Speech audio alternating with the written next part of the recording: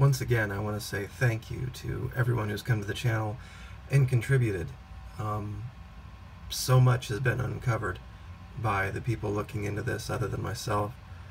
We're going to go a little bit farther into what we were covering yesterday, and by the end of the video, I think we are going to all know exactly what was going on aboard the ACX Crystal when it did this turn around this island and stopped up here.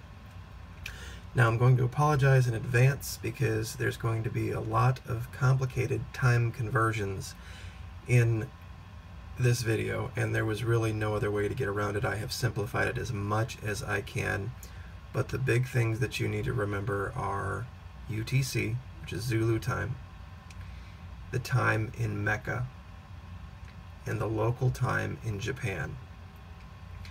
Now, to roll the calendar back a couple of months, June 17th, 2017 was the beginning of the last week of Ramadan.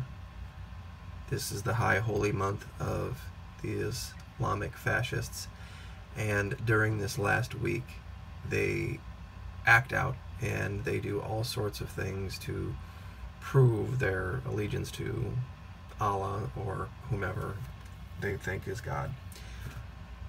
Anyway, they pray 5, sometimes 6 times a day.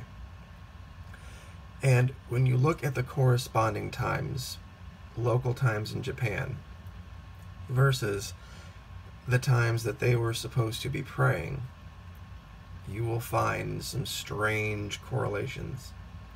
And given that this was a Friday, the Muslim Friday prayer is different than others. It's a more important prayer. And the long and the short of it is, during this inexplicable stop up here for, I think it was 200 minutes, it's my belief they were praying, that they had stopped the ship and this crew of Muslims were praying.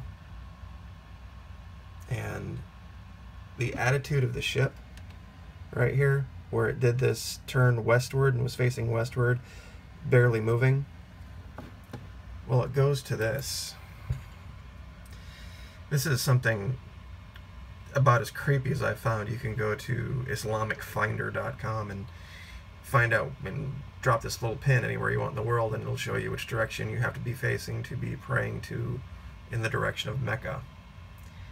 And I've done my best to drop the pin close to where these people were. Wherever you drop this pin, generally in this area, it all comes out 67 degrees from north towards west, meaning 67 degrees, 360 minus 67, just to make it easy.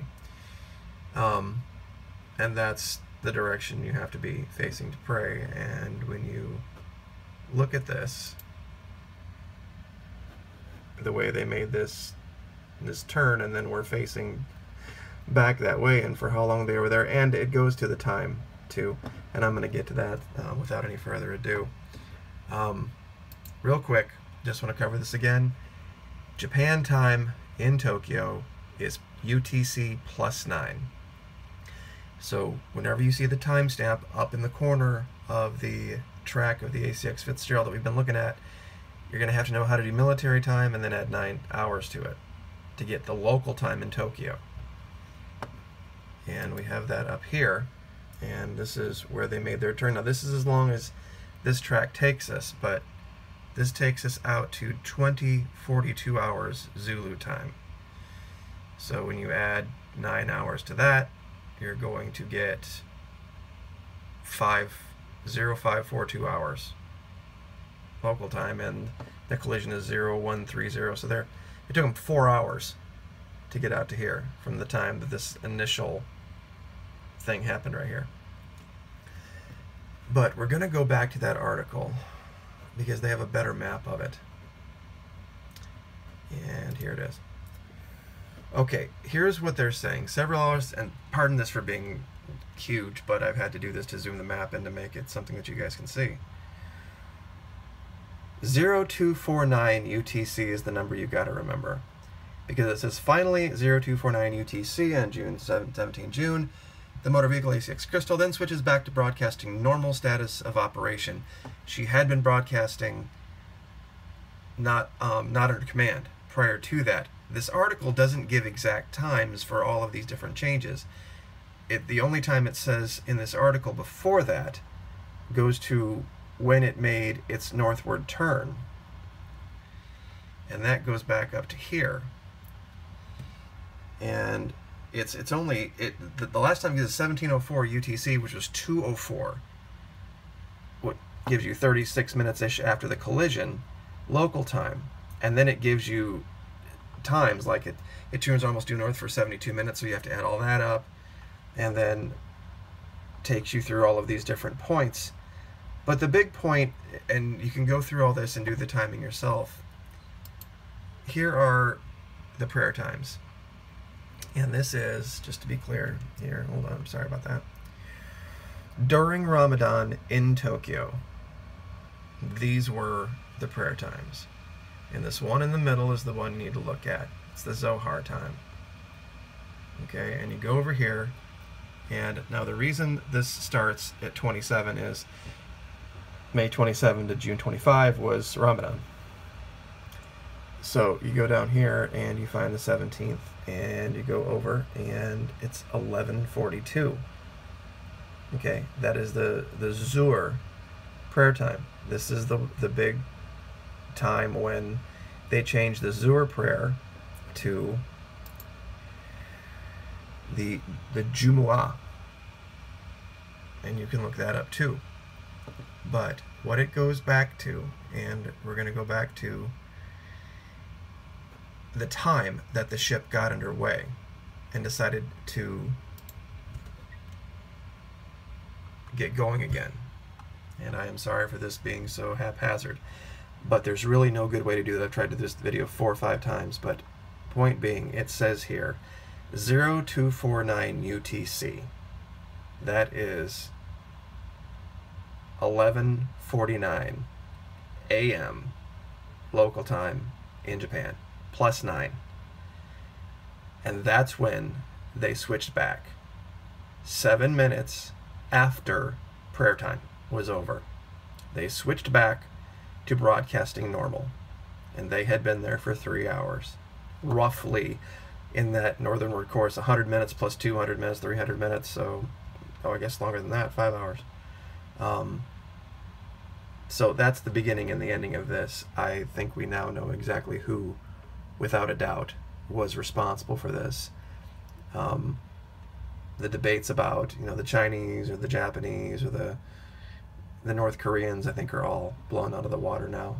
I think this is something that was perpetrated by Filipino Muslims, because they were all Filipinos.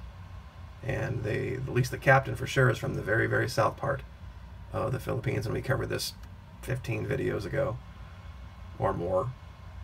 And where he's from is completely overrun by Islamic fascists and militants. So this very well might have been an occasion where he saw an opportunity. I got thinking more about what the Uss Fitzgerald was doing there. And, we had a choice, 2 roads to go down when we started this investigation. Either it was a planned, specific attack because they knew exactly where the Fitz was going to be and when and where it was going to be, or it was a target of opportunity, meaning they saw a target, they saw a time, and they took it. I wonder if these little dark shadow operations, where the U.S. has been taking destroyers and hiding them underneath the AIS tracks of other ships so as not to be detected, was something that this captain had observed before. And maybe it had happened to him aboard other ships, or he had seen it and he knew exactly what he was looking at. And knowing that it was the last week of Ramadan, knowing the position his ship was in, may have just taken an opportunity, realizing, I can get that, we can do this, we can make this happen, we can strike one for the underdogs, so to speak. And then pulled off that gentle turn and moved closer in. And then when the Fitz tried to get out of the way, they just made whatever change they needed to make sure they hit him.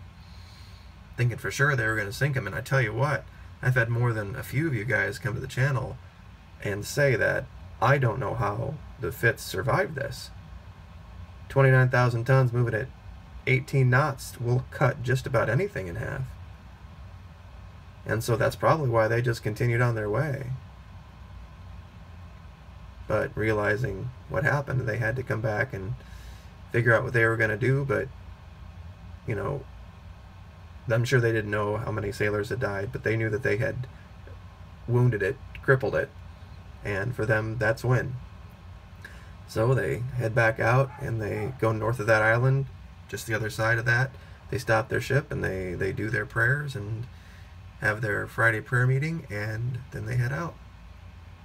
So anyway, it is a very spooky time we live in, but I hate to say it, hold yourself with the whole North Korea thing, but nothing's going to happen. Both sides are saying, you know, oh, we're going to take some time, and we're going to look at this, and you're going to ratchet it down, and, you know, till the next time he pops a nuke off underground somewhere, he launches another missile.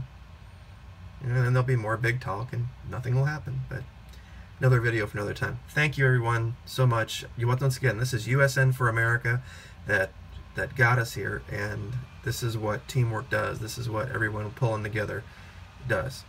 Like, share, subscribe, and we will see you next time. Thank you.